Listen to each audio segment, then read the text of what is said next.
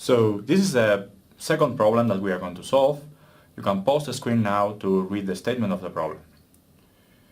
As you can see, we have a wooden piece, which is a rectangle, and it has a hole in the middle. All right, the center of mass of this piece falls in the center of the piece, and this piece is going to be hanging from a knob, okay, a cylinder that protrudes out of the wall.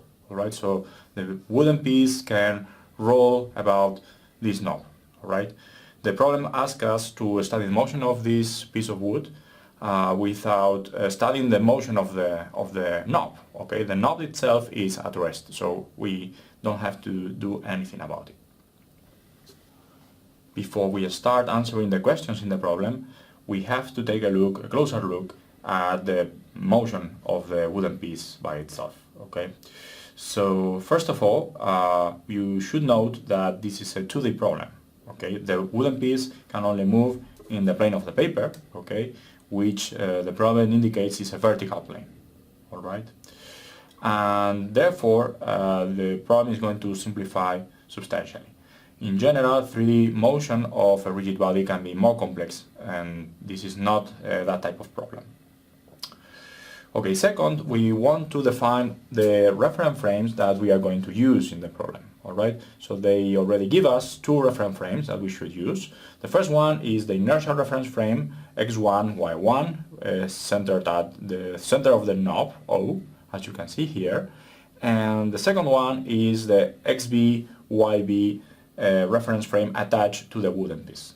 All right, we can probably solve the full problem with these two reference frames alone, but I think it's interesting to introduce this additional reference frame. So let me first reproduce the drawing here.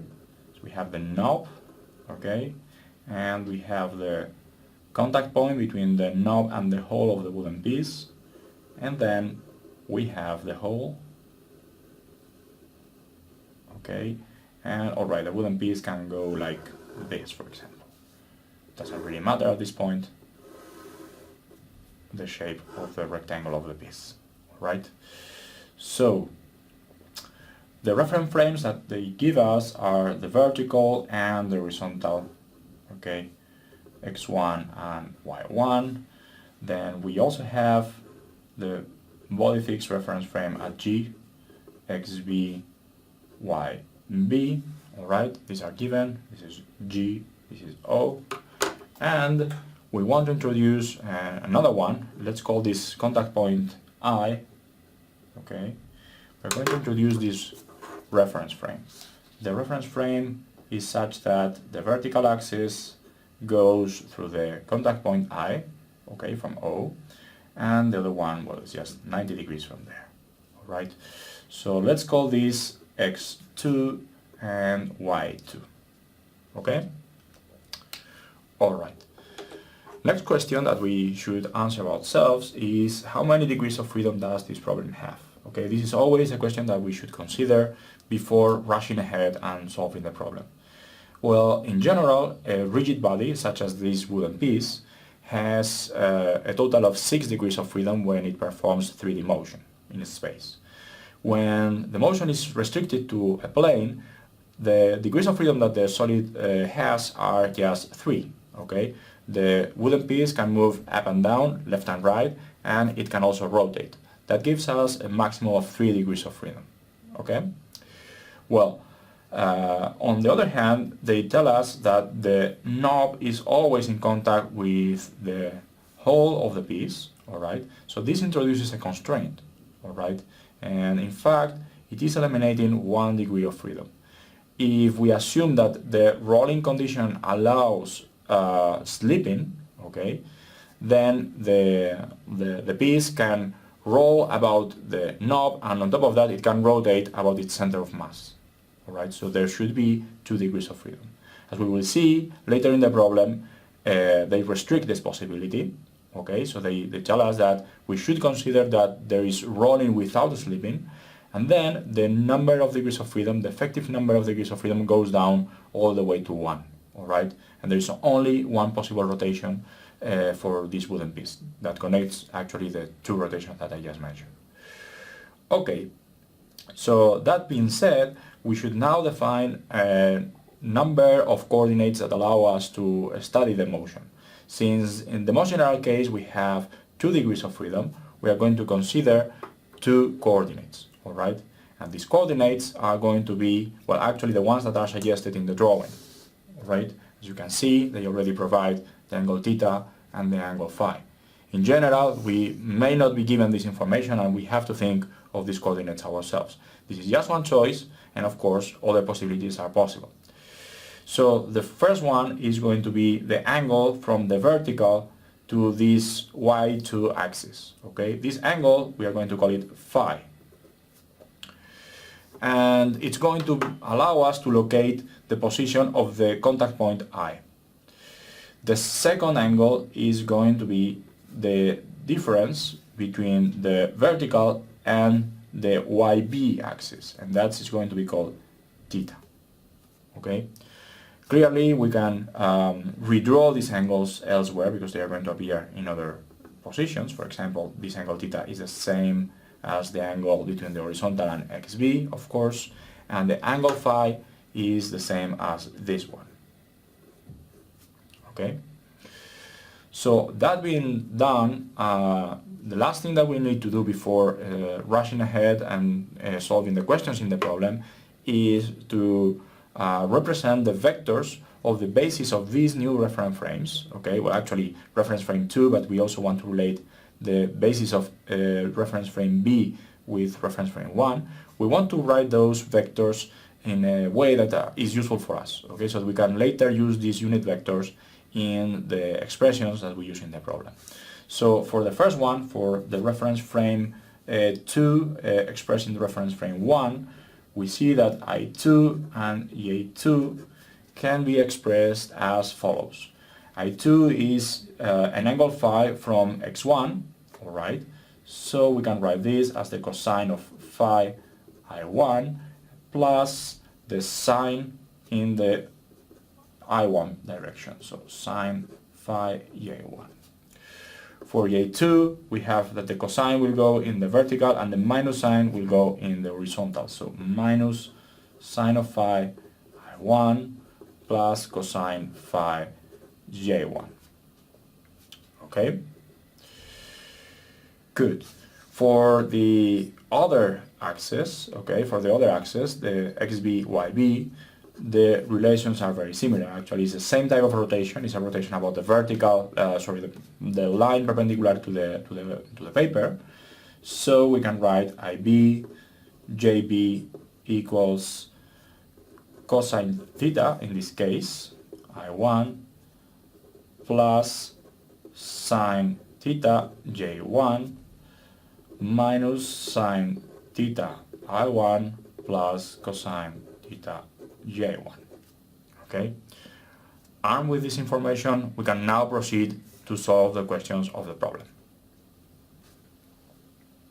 Okay, so the first question in the problem asks us to compute the moment of inertia IC about the center of mass G of the wooden piece. Okay, so the moment of inertia about an axis perpendicular to the plane of the paper. In order to do that, we should notice that essentially what we have here is a rectangle, alright, with a cavity in the middle, alright? So our goal is to compute the moment of inertia IC, okay, of the wooden piece. Let's write it in this way. And we can do that by first computing the moment of inertia of the rectangle, about C, okay, about the center of the rectangle, and then subtracting from that the moment of inertia of a cavity with the same mass properties, the same density as the material itself. Okay, so let's call this the circle. So this is our plan. We are going to compute this as the difference between these two moments of inertia, which are of course far simpler to compute. Okay? So first things first, if we are going to do this, we need to know the density of the material. Okay? We are told that the piece has a total mass m, okay? And this total mass m is distributed homogeneously about all the material of the piece. Alright, so that area of the piece can be computed as the area of the rectangle, which by itself has a width W and a height h, which is equal to 2 times W. Okay, so we can compute this, the area of the piece. The area of the piece can be computed as the area of the rectangle, which is 2W squared, minus the area of the circle. Okay, the area of the circle is 2, and the problem tells us that 2 is equal, as you can see here, to W over square root of 2 pi. Okay, so the area of the circle is pi times 2 squared. That gives us a total of W over 2. Okay, and this gives us a total area which is 3 over 2 W squared. Alright, so the density, which is what we need to perform this operation, the density of the piece is going to be m divided by W squared 3, 2. Alright, so this is the density that we are going to use.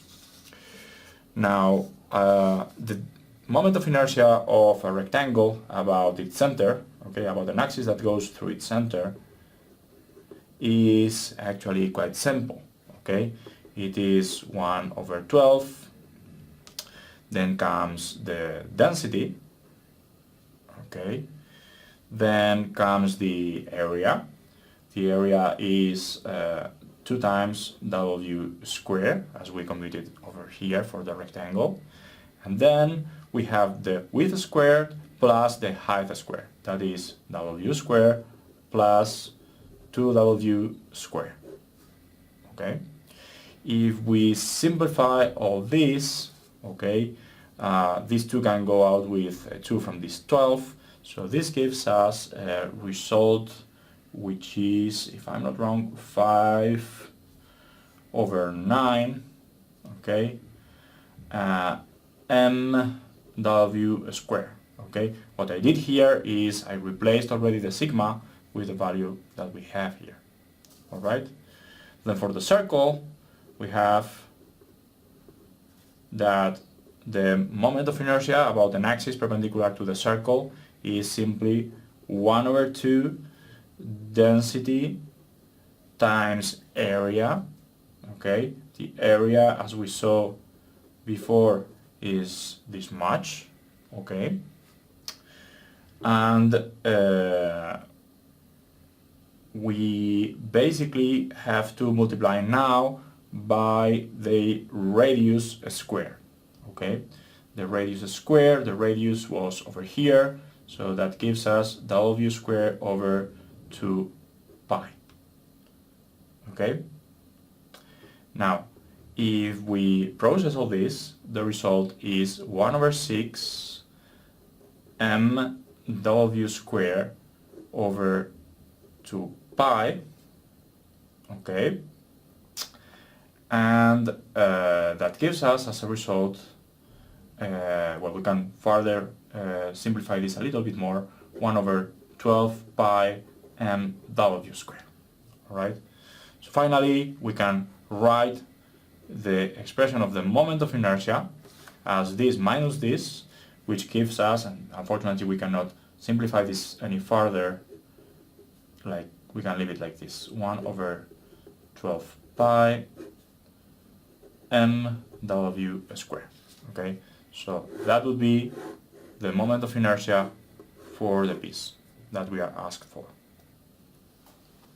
So the second question asks us to do the kinematics of the wooden piece. Alright, they basically ask us to find out what is the general expression of the velocity and acceleration of the point G as a function of the coordinates and the derivative of the coordinates of our problem.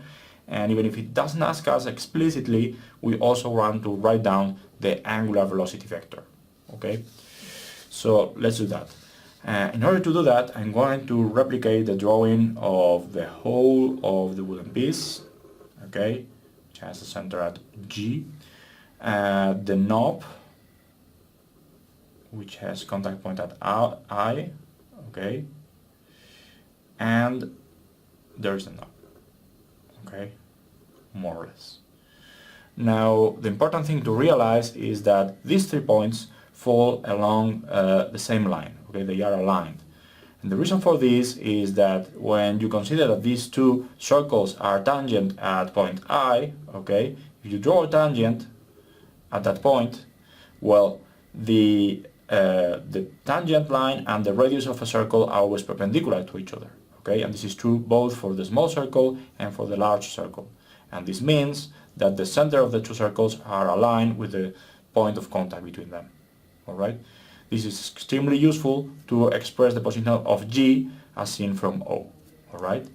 So in order to do that, let me redraw the axis.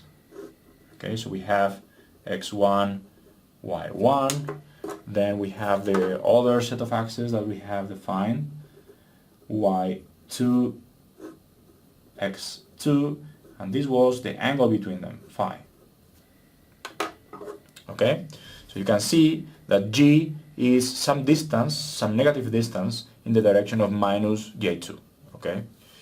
So in order to do that, this distance is basically the radius of the big circle minus the radius of the small circle, alright? That gives us the remaining is this part, alright? So we can write RG1, okay, the position of G as seen from reference frame 1, our inertial reference frame here, is equal to A2 minus A1 negative with a minus in the J2 direction, okay? Now A2 and A1 are related with each other, okay, and in fact the problem tells us that A1 is 1/3 of A2, so we can use that to rewrite this in a slightly more comfortable way, okay? So this is actually 2/3 of A2, okay? And we can leave it in terms of A2, but since we were already using W as the constant in our problem, and A2 and W are related to each other, we can actually write this using this expression, okay? We can write this as 2/3 of W over 2 pi square root of that, okay? So, long story short, the position of G reads minus 2W over 3 square root of 2 pi in the J2 direction, okay? Well, once we have this, obtaining the velocity and acceleration of G is a matter of taking derivatives in time in reference frame 1, okay? So if we take the derivative of Rg1, we obtain Vg1, which is its velocity, and well, what we have in front of this number is a constant. The only thing that changes in time in this expression is the vector J2, okay, which depends on the angle phi, alright? The derivative of J2 is going to be minus I2, okay? The way to see that, if you want, is when phi increases, this I2 axis is going to move forward towards the left, okay? So it's going to change in this direction. This direction is minus I2. Same happens when phi increases, x2 is going to increase in this direction, okay? So the derivative of I2 is going to be along J2. Okay, knowing that, we can write this derivative, okay, the derivative of J2 as minus phi dot I2. Okay, so the minus and the minus go away, and we obtain this result. Same constant as before, then phi dot, then I2. And finally, for the acceleration, we take another step of derivation, and now we have two things that change in the expression, phi dot and I2. So applying the chain rule, we obtain for the first term phi second, I2, and then plus, same constant, phi dot square, J2. Okay, so that gives us the velocity and acceleration of the center of mass. Now, to complete this, we should also think of the angular velocity of the wooden piece. Okay? Well, in this case, we don't need to think too much. All right? We already have a set of body fixed reference frame attached to the body. Okay? This vector basis is attached to the body, and this vector basis rotates with angle theta. Okay? So the angular velocity of the wooden piece, which we can refer by letter B, okay, with respect to reference frame 1, equals theta dot in the direction of out of plane, okay, and the out of plane direction is K1, which is the same as K2, okay. I think it's more convenient to choose here either K1 or K2 for as a basis for working with the vectors. Okay, so we can just leave it like that, or we can even write theta dot KB. Of course, when we take derivatives here, we obtain the angular acceleration of this rigid body, and that's just theta second K1, or well, we can write it also in terms of the other vectors in the out of plane direction, which are the same. Okay, so with this we have all the ingredients of the kinematics that we need to write down the equations of motion of the rigid body, which is what we are going to do in the next step. Before we write down the equations of motion of the wooden piece, we want to work out the question number 3. Okay, in this case they ask us to consider the no slip condition. Alright, so now we have this constraint where the wooden piece cannot rotate freely about its center of mass. Okay, if it wants to rotate about its center of mass, it must also move about the knob.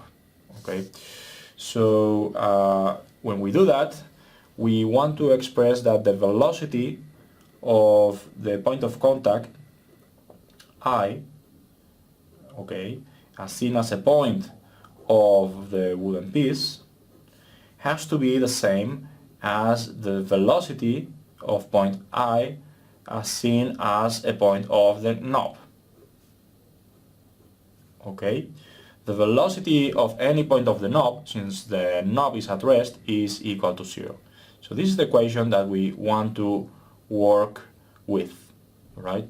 Of course, we are not working in general with the point of contact I. All the kinematics of the rigid body of our wooden piece are referred to the center of mass G. Okay, so it's inconvenient that this constraint is expressed in terms of this point I. What we want to do is to relate the velocities of I and G. And the way to do that is to use the velocity field expression of the rigid body. When we do that, we can write that the velocity of this point I parenthesis B is equal to the velocity of the center of mass plus the angular velocity of the body times the distance that goes from G to I. Okay? Now, in order to work with this expression, we need to know all these three vectors in the same vector basis. We were already working in basis number 2. The only vector that is still not represented is this one, okay? But it's very easy to see that Ji is equal to A2 in the direction of J2. Okay, the radius of the larger circle in the direction of J2, as you can see over here. Okay? Alright. So, once we have this, it's a matter of computing this cross product. Okay? And this cross product is easy to solve. We can do it here if you want. Okay? We use basis number 2.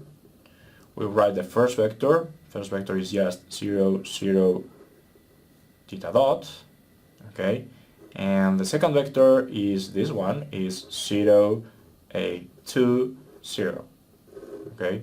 So clearly this gives us, when we compute this cross product, it only produces one term, which is minus theta dot A2 in the I2 direction.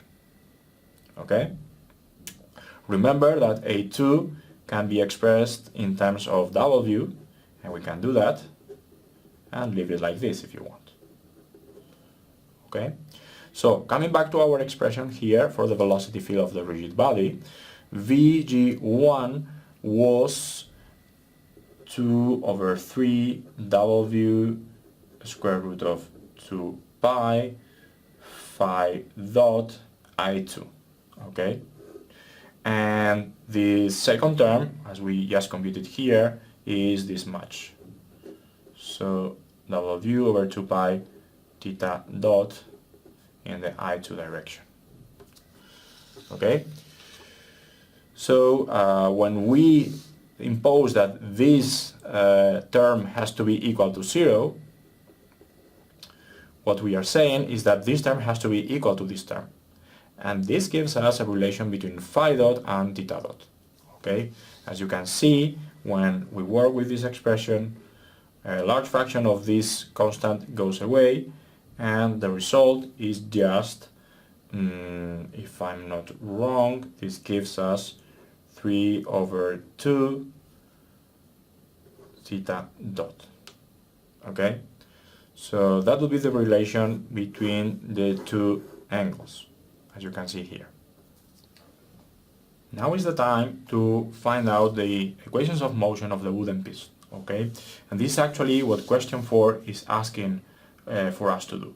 We need to find equations of motion that yield phi and any reaction forces that may exist in the problem as a function of time. Okay? So first of all, when starting with the dynamics of the problem, we want to work out the forces that exist on the piece. Okay? Any forces and torques that may be applied on the piece. So we have to consider first of all the weight. Okay? There is a gravity force, a constant gravity force, a constant gravity field, and this creates a weight force on the piece, which is equal to its mass times g in the minus j1 direction. Okay? This force is applied at g. Alright? The point of application of gravity when it is a uniform gravity field is the same as the center of mass. Okay? The center of gravity is the center of mass. So this is applied at g. For rigid body problems, it is important not only to write the expression of the forces, as we did with point particles, but also to state clearly what is the line of application, or the point of application if you prefer, of the forces. Okay, that will allow us later to understand better what is the torques that exist with respect to any point. So clearly there is this force, the weight, but this is not the only one. Okay, when we look at the point of contact, let me just draw an arc that represents the whole of the wooden piece and a circle which represents the knob. Okay, there is clearly a reaction force here that ensures that the contact point remains a contact point. Okay, so that the wooden piece and the knob don't penetrate each other, and also that there is no slip between the wooden piece and the knob. Okay, so the forces that ensure that this is true are a normal force, okay, which is perpendicular to the line of tangency of the two circles, and there is also a friction force. Okay, this friction force is unknown. It has to be considered a reaction force. Okay, and the reason for this is that they tell us that there is no slipping. Okay, and the amount of force that is required to satisfy this condition is unknown. Okay, so when we consider these forces, we are going to call them N and F, for instance. Okay, we see that these forces are aligned with our reference frame 2. Okay, this was x2 and this was y2. So writing the expression of these forces, as a function of two unknown parameters is extremely easy. We just write that n is equal to some unknown scalar n in the direction of j2, okay, and f is an unknown f in the direction of I2, and both of them are applied at I, the contact point between the knob and our wooden piece. Okay, so those are the forces that we need to consider. We can leave it at that, but for now there are no applied torques, okay, there are no reaction torques in this case either, so we can go ahead and write the equations of forces, okay, at the center of mass. When we continue and compute the equation of angular momentum, okay, the equation of torques, then we will need to consider the torques of some of these equations, alright, or some of these forces. So, for the equations that we need, how many unknowns do we have in the problem? We were using two coordinates, phi and theta, but as we saw when we imposed the no-slip condition at question number 3, there is only one free degree of freedom. Theta and phi are actually related by the relation that we just obtained before. So, in terms of coordinates, there is just one unknown variable, okay? In terms of forces, we have introduced the new parameters n and f, which are unknowns. So we have a total of 3 unknowns, and therefore we need 3 equations. We have to find 3 equations to solve the problem, okay? These 3 equations can be the equation of forces at g in the x and y direction, okay? And the equation of rotation, the equation of the angular momentum of the wooden piece in the plane, so in the direction perpendicular to the plane. So let's go for the first 2 equations. These equations tells us that the mass of the wooden piece times the acceleration of the wooden piece, the center of mass of the wooden piece, has to be equal to the sum of all the forces. So that's the weight, the normal, and the friction force. Okay? In order to obtain 2 scalar equations, what we want to do is to project this vector equation in 2 independent directions. And we can choose 2 any directions that are not the same, but in this case it seems interesting to project along the I2 and J2 directions.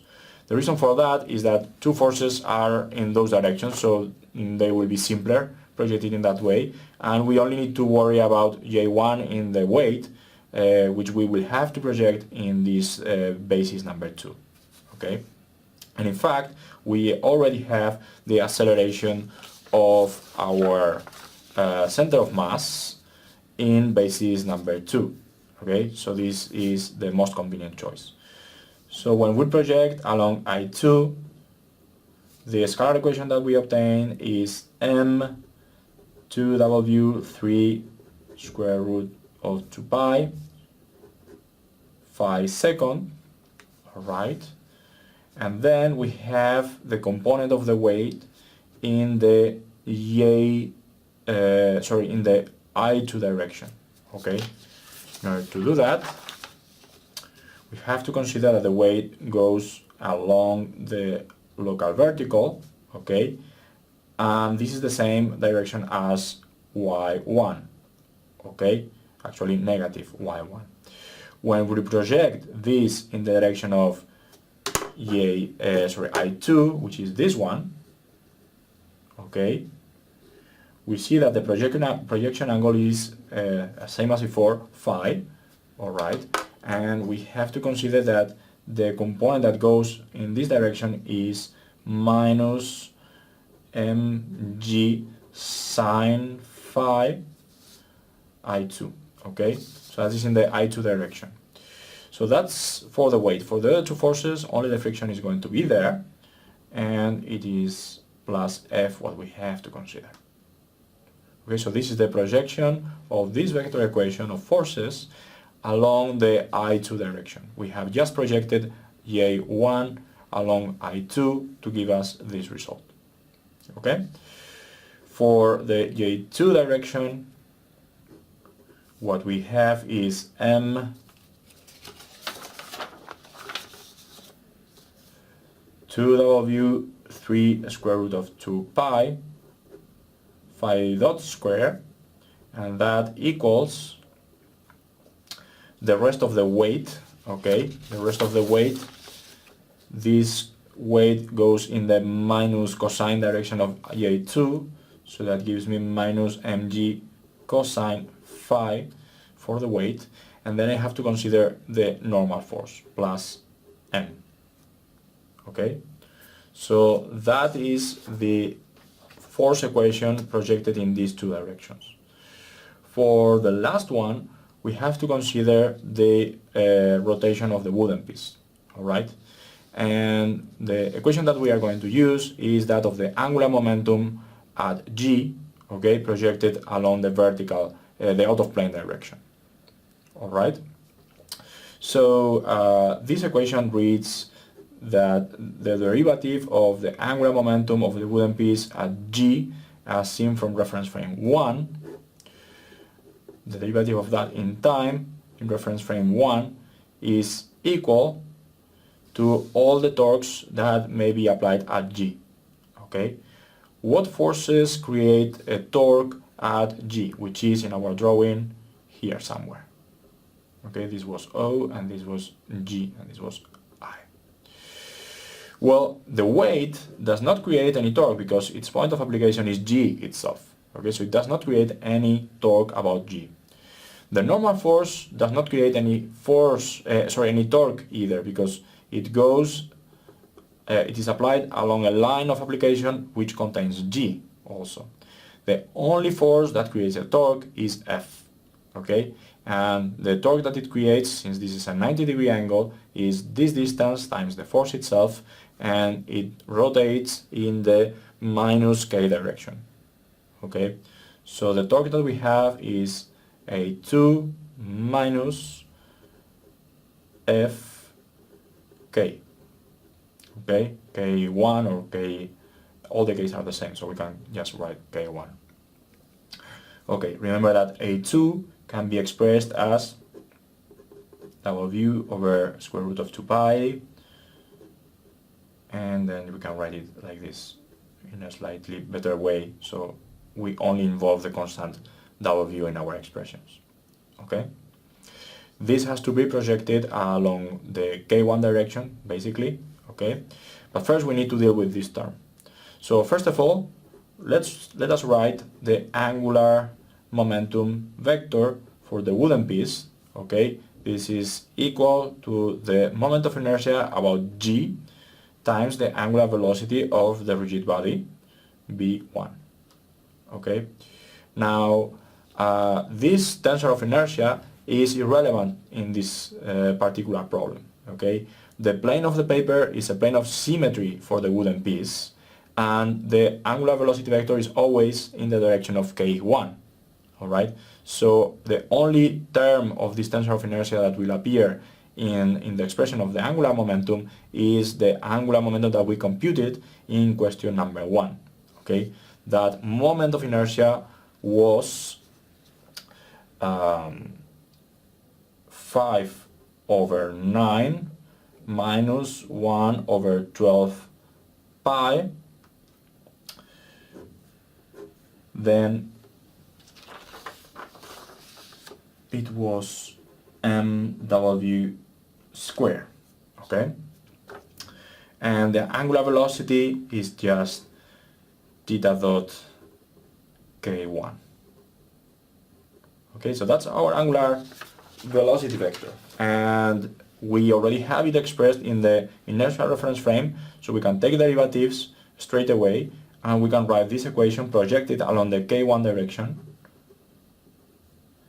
as, well, all this thing, 5/9 minus 1/12 pi mw square theta second, okay, the derivative of that, and this will be equal to minus w over square root of 2 pi f.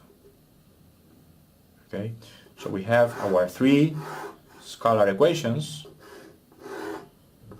which are enough to determine the time evolution of phi, our coordinate, f and n, 3 equations for 3 unknowns.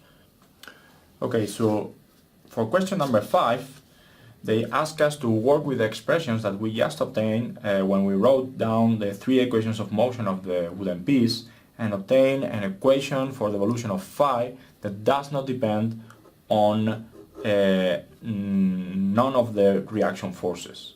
Okay, so we start here. We have these 3 equations, and well, we basically have 2 equations that depend on phi already. This one depended on theta dot, but clearly from the relation that we obtained in question number 3, we can write theta in terms of phi in this way.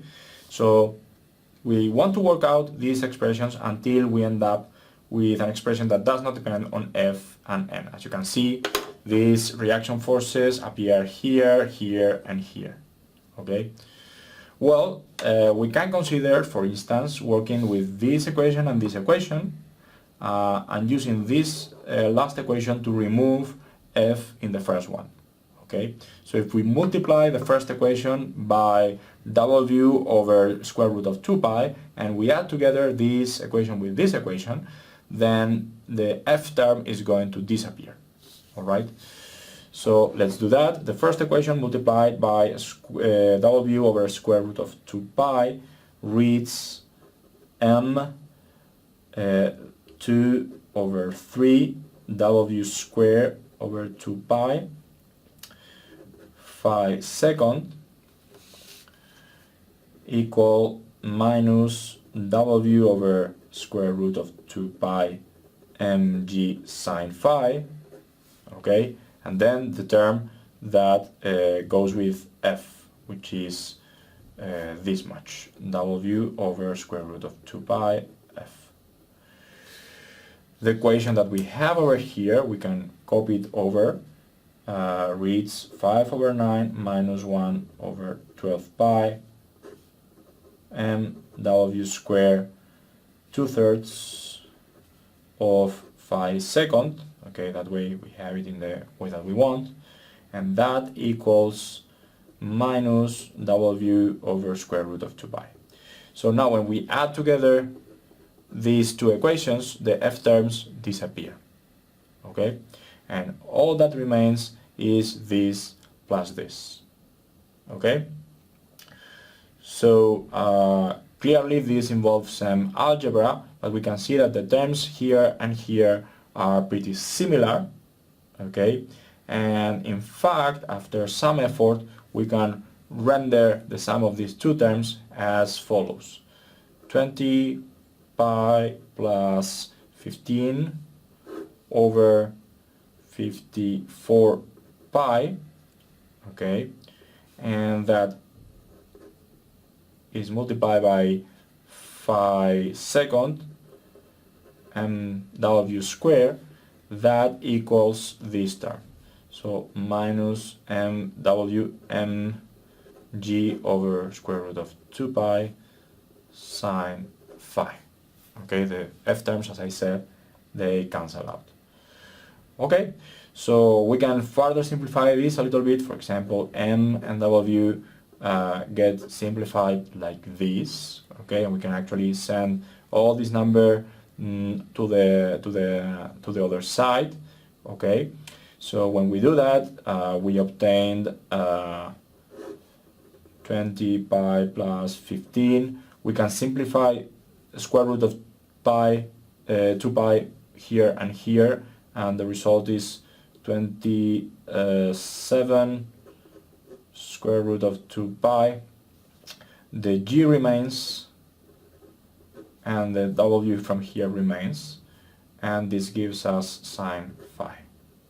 Okay, and this comes to the other side. Okay, so we can write it phi second plus this equals 0.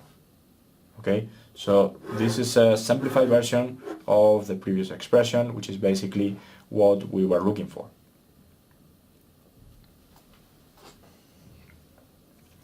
Alright, so we have solved the dynamics of the problem. We have solved questions 1 through 5, and the last one is a particular question that this particular problem wants us to solve regarding the initial conditions of the wooden piece. Okay. In general, problems at this point can diverge. They can ask us different types of questions depending on the problem. For instance, they may require us to linearize the previous expression that we obtained here, okay, for small values of the angle phi. That would basically mean changing this sine of phi into phi, which is the linearized version of the sine of the angle, and the resulting equation discuss it in some way. Well, clearly in that case we would get the equation of a harmonic oscillator. Alright, so this would be related with the square of the angular frequency, the natural frequency of the harmonic oscillator, and so on. Alright, but this is not the case in this problem. What they want is us to find initial conditions for integrating the equation that we obtained in question number 5. Okay, well, clearly this is a second order differential equation for phi, so we need two initial conditions. Those initial conditions are going to be phi 0 and phi dot 0. Okay, so these are the numbers that we are after. Okay, so reading the statement of this question, they tell us two pieces of information that are especially important. They tell us that G and O are in the initial configuration, they are along the same vertical. Okay, so G is along the same vertical with O. And on top of that, they tell us that the piece of wood is not rotated, okay? So it's also vertical. In other words, we may represent this initial configuration in a drawing as follows. We have the wooden piece with a hole in it, we have the knob, and we have G and O along the same vertical, okay? Remember that the axes that we had defined were the following. So this was XB, YB. This was x1, which now coincides with x2, and this yb coincides with y1 and with y2. So you can see that all the reference frames are basically the same. The vector bases coincide. Okay? So when we look at this, what we notice is that the initial value of the phi angle is 0. Okay?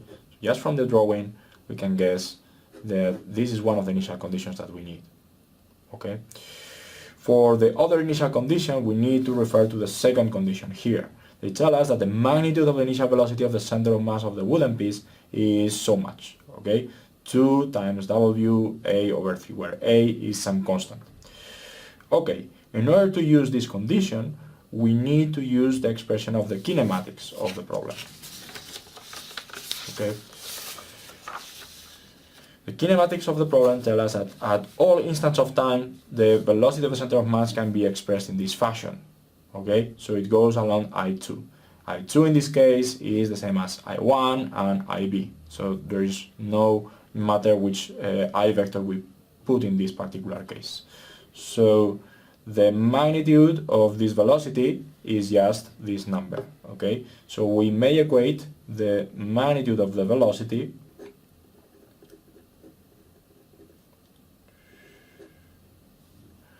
and its direction to the data that is given to us. Alright? They tell us that the magnitude is this much and that the piece is moving in a counterclockwise direction. So the velocity of G has to go in the right direction. Alright? So that would be also the I2 direction. In other words, we can write 2WA over 3 times I2. Okay? So from here we can clearly find out what is the value of phi dot 0, and that value is, after simplifying some of the numbers here, what we get is a square root of 2 pi. Okay? So these are the two initial conditions that will be needed to integrate the equation from question number 5, which is not required for us to do. Okay? So with this we have finished the problem, I hope it was useful for you and that you learned something by looking at this video. Please remember to write any comments and give us any feedback that you may have in the form that you can find in the description of this video. Thank you very much.